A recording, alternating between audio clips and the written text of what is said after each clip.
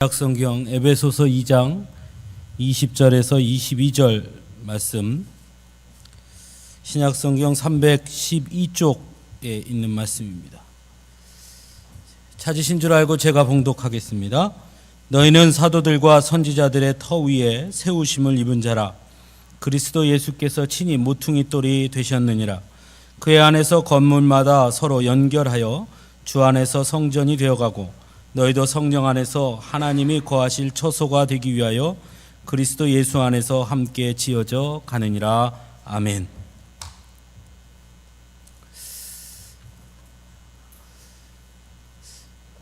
홍정욱 목사님이라는 분이 쓰신 교회만이 희망이다 라는 책에 소개되어 있는 이야기가 있습니다. 높은 파도 덕분에 젊은이들 사이에 파도 타기 좋은 곳으로 알려져 있는 호주의 한 해변이 있었다고 합니다. 그런데 파도가 너무 거세서 종종 사고가 일어나곤 했습니다.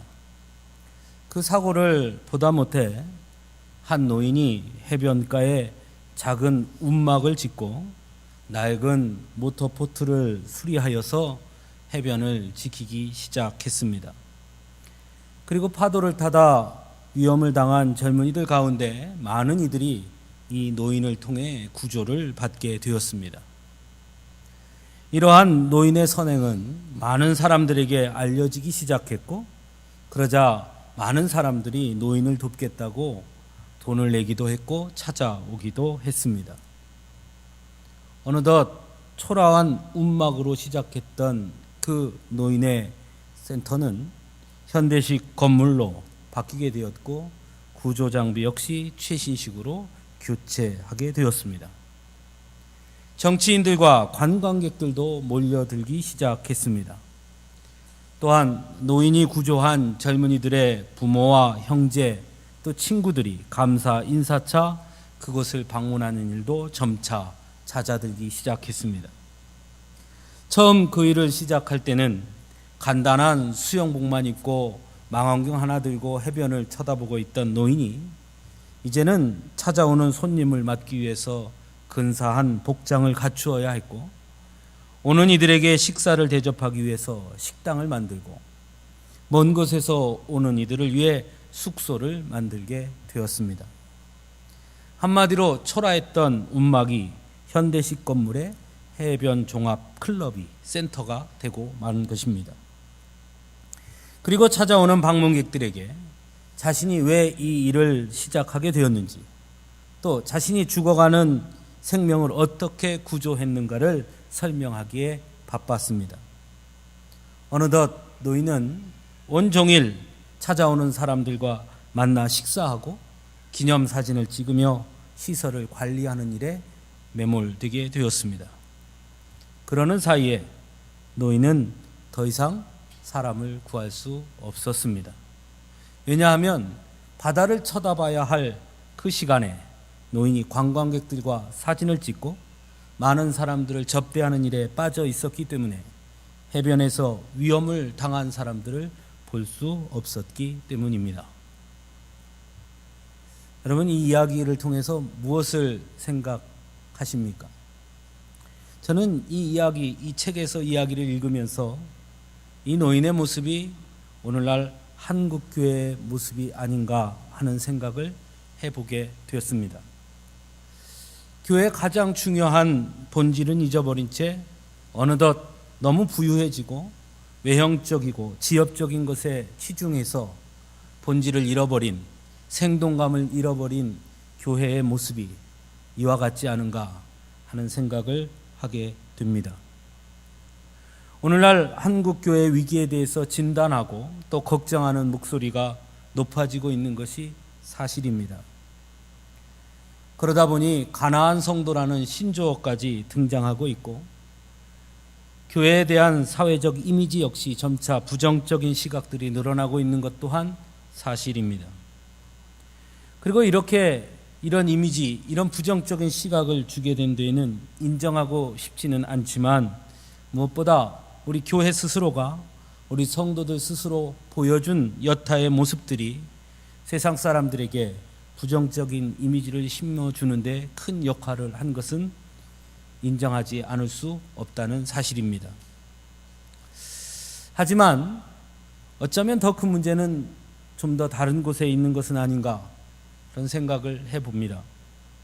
즉 지금까지 한국 교회가 교회 성장에만 매몰되어서 교회가 무엇인지에 대한 근원적인 고민이 부족했기 때문은 아닌가 하는 생각을 해보게 됩니다.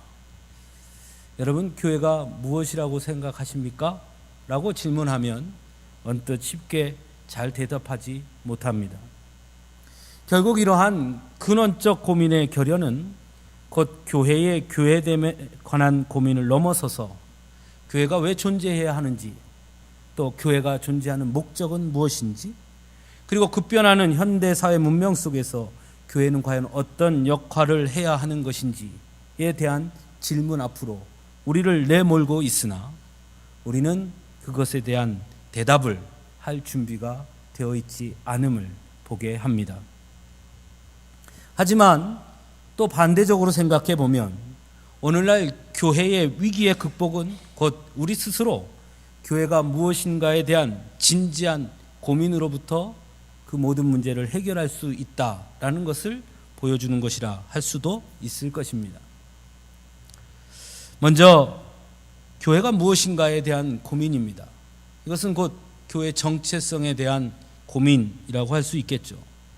교회라는 말은 헬라어로 에클레시아라는 말입니다.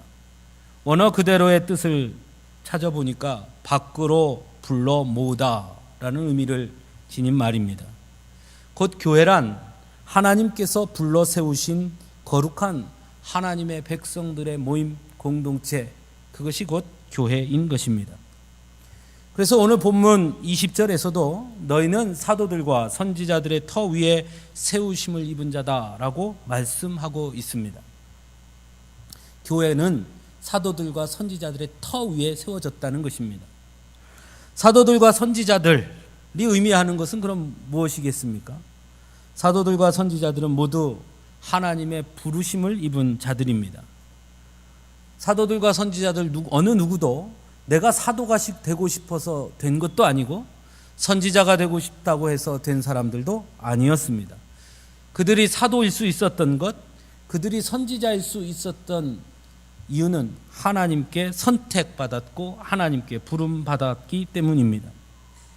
즉 교회의 정체성은 예수 그리스도 하나님의 부르심과 택하심에 있다는 것입니다. 이것을 벗어나서는 교회를 말할 수 없는 것입니다. 흔히 우리가 잘못 생각하고 있는 것 중에 하나가 누구든지 예수를 믿으면 구원을 받는다라는 말입니다. 이 말은 맞습니다. 누구든지 예수를 믿기만 하면 구원을 받습니다. 그가 살인자든 그가 도적이든 그가 더 흉악한 범죄자라 할지라도 그가 예수 그리스도를 믿기만 하면, 그래서 주님 앞에 나오기만 하면 구원을 받습니다. 그런데 거기에는 전제가 있습니다. 그렇다고 누구든지 예수를 믿으면 구원을 받지만 그렇다고 아무렇게나 내 맘대로 믿어서는 구원을 받는 것은 아닙니다. 누구든지 예수를 믿으면 구원받지만 예수 그리스도의 가르침대로, 성경이 가르쳐 주는 대로 믿어야 구원을 받는 것입니다. 교회 역시 마찬가지입니다. 예수의 이름을 내세운다고, 하나님의 이름을 말한다고 모두 교회가 아닌 것입니다. 분명한 것은 하나님의 부르심, 철저한 하나님의 부르심과 선택에 대한 응답이 있어야 하는 것입니다. 그것을 잃어버리거나 변질된 교회는 더 이상 교회일 수 없는 것입니다. 그럼 부르심에 대한 응답이라는 것이 무엇을 의미하는 것일까요? 곧 이것은 내가 선택한 것이 아니라는 것을 말하는 것입니다. 오늘날 어떤 분들이 이런 말 하는 것을 자주 들을 때가 있습니다. 난 예수님은 좋은데 교회는 싫어. 이런 말을 자주 듣게 됩니다. 나는 예수님은 너무너무 좋은데, 나는 예수 믿는 것, 신앙생활하는 것은 참 좋은데 교회는 가고 싶지 않아. 이렇게 말하는 사람들 자주 만나게 됩니다. 언뜻 듣기에는 교회의 부정적인 모습에 대한 반감으로 느껴지는 것처럼 보이기도 하지만 사실 그 말은 매우 잘못된 신앙의 말이라 할 수 있습니다. 왜냐하면 거기에는 세우심에 대한 의미가 빠져 있기 때문입니다. 교회는 결코 완전체가 아닙니다. 교회는 함께 만들어가고 세워가는 것입니다. 하나님의 부르심에 응답한 사람들이 하나님의 말씀과 하나님의 뜻을 모아 거룩한 공동체로 세워가고 지어가는 것이 곧 교회인 것입니다. 그런데 예수는 좋은데 교회는 싫다라고 하는 말에는 세워가는 일은 하고 싶지도 않고 그것은 나랑 관계없다라는 것과 같은 뜻입니다. 예수님이 좋다면 예수님의 부르심에 응답하는 것이 마땅한 것이고, 예수님의 부르심에 응답한다면 곧 하나님께서 세우신 교회를 더욱 거룩하게 세우는 사명을 감당하는 것이 마땅한 것이기 때문입니다. 그래서 본문 21절에서는 주 안에서 성전이 되어가고 22절에서는 그리스도 예수 안에서 함께 지어져 가느니라 라고 분명하게 말씀하고 있습니다. 즉 교회는 완전체가 아니라는 것입니다. 하지만 오늘날 교회의 모습은 마치 되어져가는 공동체, 지어져가는 공동체라는 사실을 망각하고 있는 것처럼 보일 때가 있다는 것입니다. 되어져가고 세워져가고 지어져 간다라는 것은 곧 끊임없이 교회가 스스로를 돌아보고 변화하고 점검하면서 좀 더 거룩한 공동체로, 좀 더 하나님의 뜻에 합당한 공동체로 세워져 가는 과정 속에 있음을 인식하고 인정하고 그렇게 발전시켜 나가야 하는 것임에도 불구하고 외형적인 것에 치중하여서 또는 이만하면 됐지 하는 만족감에 매몰되어서 그 노력을 기울이지 못하고 있다는 것입니다. 그러므로 교회의 가장 중요한 것은 외형적인 모습도 중요하지만 내부적인 성숙이 매우 중요하다는 것입니다. 어쩌면 오늘날 한국교회와 성도들에게 있어 가장 부족한 것이 이것이 아닌가 하는 생각을 해보게 됩니다.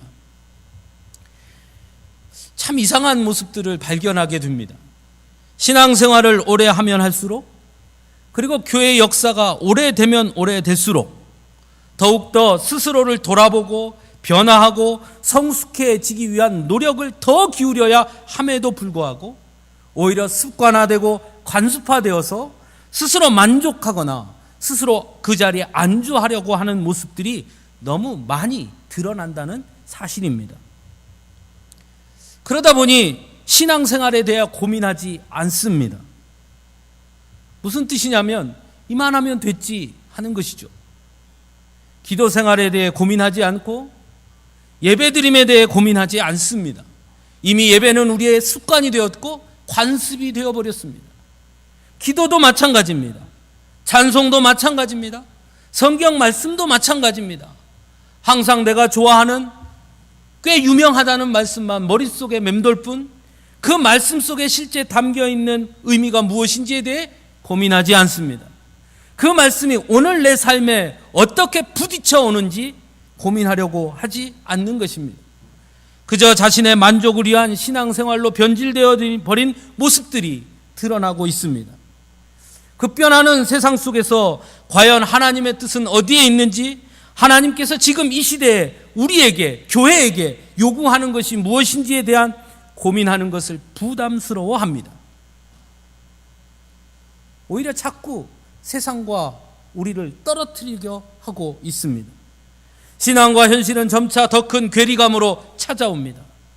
그러다 보니 주일날 교회에 와서는 신앙인이지만 교회를 떠나면 세상 사람들과 별반 다르지 않습니다. 그러다 보니 교회도 주일날은 교회이지만 평일날은 문화센터로 변질되어 버립니다. 결국 고인물이 썩듯이 부패하는 모습들이 이곳저곳에서 드러나고 있습니다. 세워져 가고 지어져 감을 잃어버린 교회는 건강한 교회일 수 없기 때문입니다.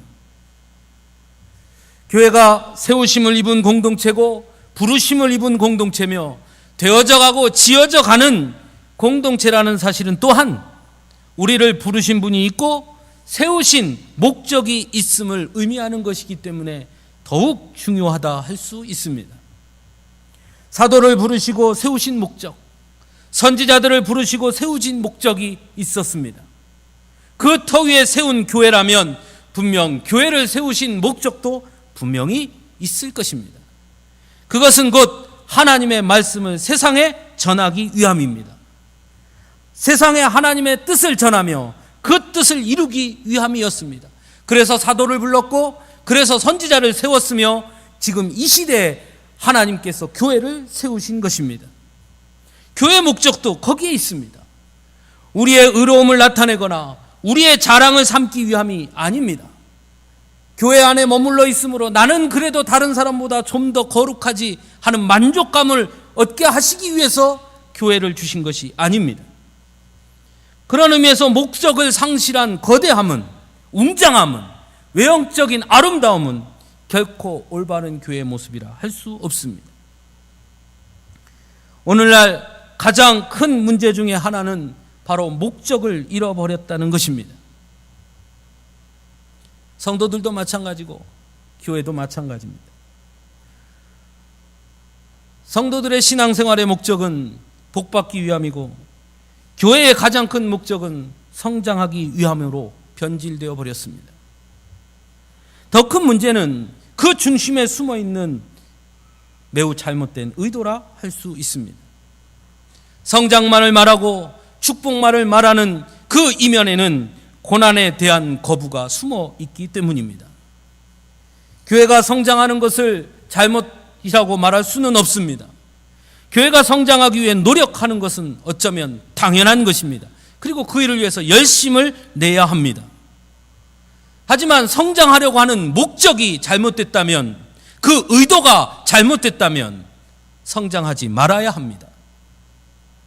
성장 속에 담긴 숨은 의도가 좀 더 편안한 신앙생활, 좀 더 폼나는 신앙생활, 좀 더 우리를 드러내기 위한 의도 때문에 성장 중심으로 간다면 그것은 교회의 목적을 잃어버린 것과 같다는 것입니다.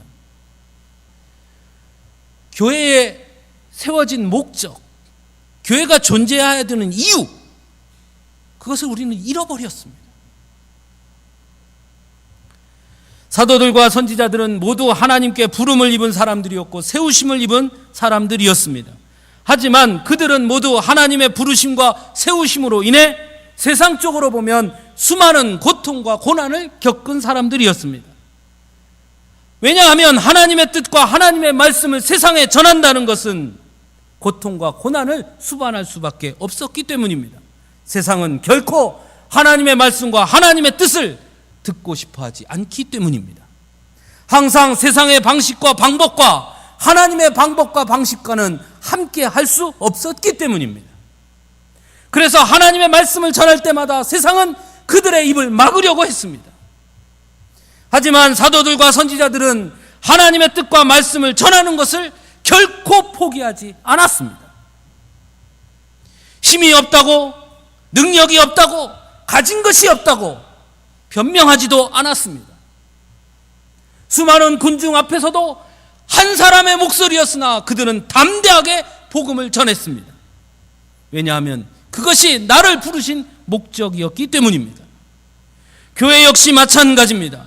교회는 사도들과 선지자들의 터 위에 세우심을 입은 공동체입니다. 그러므로 세상의 방법과 방식과 끊임없이 싸워야 하는 것입니다. 오늘날 그러나 우리의 교회들은 어떠합니까? 오히려 세상의 방식과 방법을 교회가 따라가고 있습니다. 자본주의 틀에 가장 깊이 예속되어 있는 것이 교회처럼 보이기까지 합니다. 어떤 분은 자본주의의 가장 큰 상징이 교회다라고 말하는 것을 들어본 적이 있습니다. 이런 모습은 결코 온전한 교회의 모습이라 할 수 없습니다. 우리 교회는 벌써 44살이 되었습니다. 사랑하는 성도 여러분, 물론 우리는 부족합니다. 우리는 연약합니다. 힘도 없습니다. 능력도 없습니다. 하지만 더 이상 그것은 변명이 될 수 없습니다. 그럼에도 불구하고 당당히 맞서 싸워야 합니다. 세상의 방식과 세상의 방법이 아닌 하나님의 말씀과 하나님의 뜻을 내세워 단연코 맞닥뜨려 싸워야 합니다. 때로 싸울 때마다 질 때도 있을 것입니다. 지면 매우 아프기도 할 것입니다. 어쩌면 후회스럽기도 할 것이고 어쩌면 도망가고 싶을 때도 있을 것입니다. 하지만 그 싸움을 싸우는 것이 교회인 것입니다. 그래서 10번 싸워 10번 지더라도 포기할 수 없는 것입니다. 왜냐하면 그것이 교회를 세우신 목적이기 때문입니다. 그런 의미에서 지난달 우리 셋째 주에 함께 전도하러 이 동네 지역을 돌아다니며 그 무더위에 부채 나눠주며 복음 전한 것은 우리의 작은 시작이 될 수 있습니다. 해봐야 듣지도 않던데요. 줘봐야 보지도 않던데요. 괜히 욕만 얻어먹었습니다. 무더위에 이게 뭐 하는 짓입니까? 그런 마음이 밀물듯이 쏠려옵니다. 하지만 싸우는 것입니다. 그래도 싸우는 것입니다. 왜냐하면 그것이 교회가 있어야 할 이유이기 때문입니다. 그래서 본문 22절은 너희도 성령 안에서 하나님이 거하실 처소가 되기 위하여 라고 말씀하고 있습니다. 교회는 하나님이 세웠고 그래서 교회는 하나님이 거하실 처소가 되어야 한다는 것입니다. 사랑하는 성도 여러분, 교회의 주인이 누구십니까? 100번을 물어도 우리의 대답은 항상 똑같습니다. 교회의 주인은 하나님이십니다. 결코 하나님 외에 다른 것이 될 수 없습니다. 그런데 오늘날 교회는 하나님의 자리를 자본이, 명예가, 세상 권력이 차지하고 있는 것처럼 보입니다. 하나님은 웅장한 건물에 거하시는 분이 아닙니다. 하나님은 거룩한 곳에 거하시는 분입니다.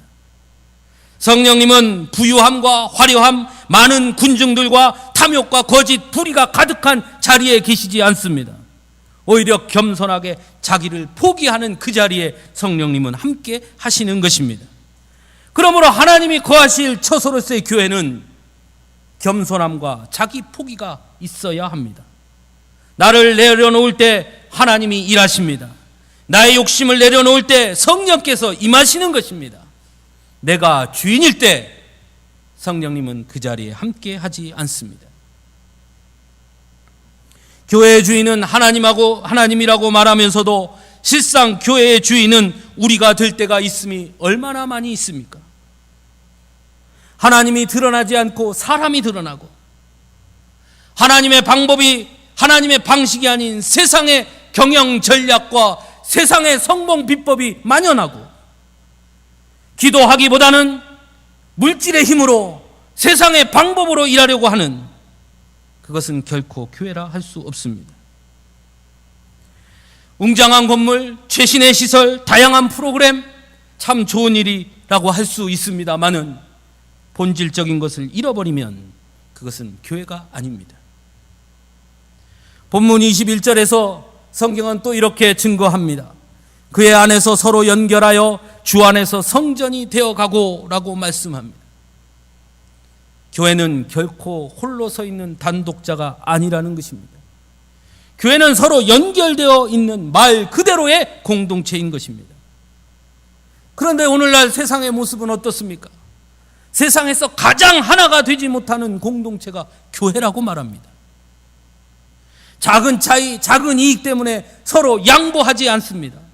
오히려 서로 경쟁하기 바쁩니다. 오늘날 우리 사회의 가장 큰 문제 중에 하나가 대기업이 골목상권까지 잠식해야 한다는 것입니다. 막강한 자본을 바탕으로 골목상권에 진출합니다. 대기업에서 골목에서 소상인들이 팔던 떡볶이니 김밥까지도 다 진출해서 다 빼앗아 갔습니다. 결국 자본력이 없는 소상인들은 결코 대기업과 싸워 이길 수 없기 때문에 모두 도태되고 맙니다. 그런데 이런 모습이 교회까지 고스란히 들어와 있습니다.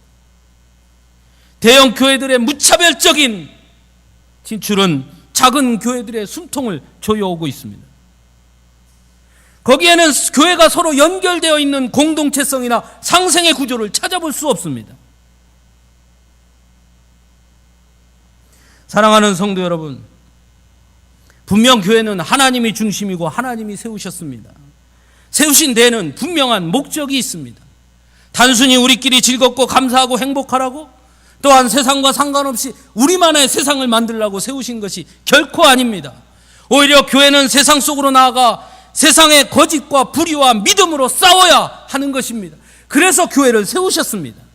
변화하는 세상 속에서, 물질과 자본의 힘이 점차 막강해지는 세상 속에서 끝까지 어리석어 보일지라도, 둔해 보일지라도 하나님을 증거하고 믿음으로 사는 자들이 모이는 것이 교회인 것입니다. 물론 그 일이 결코 쉬운 일은 아닐 것입니다. 그래서 되어져 가고 지어져 가는 공동체인 것입니다. 끊임없이 응답하고 끊임없이 믿음의 선한 싸움을 통해 교회는 세워져 가는 것입니다. 교회는 전투력이 있어야 합니다. 세상과 싸우는 전투력 말입니다. 우리끼리가 아니라. 날마다 스스로를 성숙시키는 노력을 끊임없이 기울여야 합니다. 지금까지 44년 여기까지 오는 동안 끊임없이 믿음의 싸움을 싸워 우리 서강주교회를 지켜온 믿음의 선배들의 모습을 뒤따라 우리 또한 앞으로 44년, 440년 끊임없이 믿음의 선한 싸움을 싸워 교회의 교회됨을 잃지 않는 교회가 되어야 하는 것입니다. 사랑하는 성도 여러분, 여러분이 그 일에 함께 하셔야 합니다. 여러분에게 그렇게 하라고 여러분을 불러주셨습니다. 함께 싸워갈 수 있기를 간절히 바랍니다. 하나님께서 우리에게 허락하신 우리의 교회가 교회됨을 잃지 않도록 날마다 고민할 수 있기를 바랍니다. 어떻게 해야 우리 교회가 하나님이 기뻐하시는 교회가 될까? 어떻게 해야 우리 교회가 교회됨을 잃지 않을까? 어떻게 해야 우리 교회가 단순히 사람들의 모임이 아니라 예수 그리스도를 중심으로, 예수 그리스도를 향한 열정으로 하나님이 세워주신 목적에 따라 거룩한 공동체가 될 것인가? 끊임없이 질문하고 끊임없이 고민하고 끊임없이 기도하고 끊임없이 노력해야 합니다. 장로님들에게만 맡겨줘서 되는 문제가 아닙니다. 목사님이 알아서 하십시오. 아닙니다. 우리가 함께 하는 것입니다. 사랑하는 성도 여러분, 오늘부터 고민해 보시기 바랍니다. 우리 교회가 어떤 교회가 되어야 할까? 나는 우리 교회가 어떤 교회가 되기를 원할까? 그를 위해서 나는 무엇을 해야 할까?